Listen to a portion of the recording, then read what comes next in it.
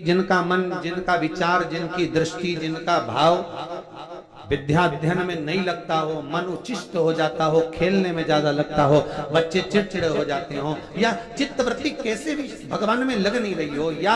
आपका भी मन भगवान की सेवा में नहीं लगता हो, दौड़ दौड़ के वही व्हाट्सएप में चले जाए, मोबाइल में चले जाए, फेसबुक में चले जाए, यूट्यूब पर चले जाए, कहीं थोड़ी सी देर के लिए कथा सुनने का मन करे फिर मन भटक जाए, या पढ़ने का मन करे कि अब मैं पूरी शिवपुराण में भी घर में पढ़ूंगी, या मैं भागवत पढ़ूंगी, या मैं रामायण पढ़ूंगी, और 2 दिन तो लेके बैठी, तीसरे दिन से मन में फिर वो उचिष्टपन आ गया कि कहाँ बैठ गई, मैंने कहाँ नियम ले लिया। तो ये जो चित्तवृत्ति में आ जाता है, मन उचिष्ट हो जाना, चाहे विद्या से हो जाए बच्चों का, चाहे किसी कार्य से हो जाए, मन की उचिष्टता में। रुद्राक्ष बड़ा काम है। यहाँ रुद्राक्ष की मूल शहद में 9 मुखी रुद्राक्ष को डाल दिया जाता है, शहद के अंदर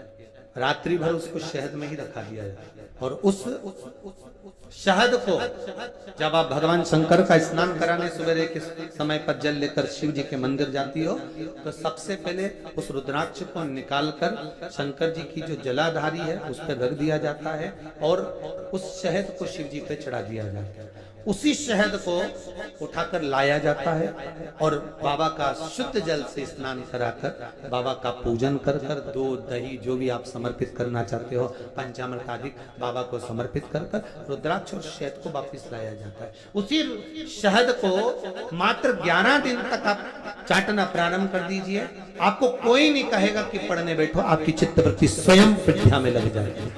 आपको कहीं जाने की जरूरत नहीं। रुद्राक्ष शंकर का वो अश्रु है, रुद्राक्ष मेरे बाबा का वो अश्रु है, रुद्राक्ष मेरे कालाधिपति का वो सुंदर अश्रु है जिसके बल पर जीव सब कुछ प्राप्त कर सकता है।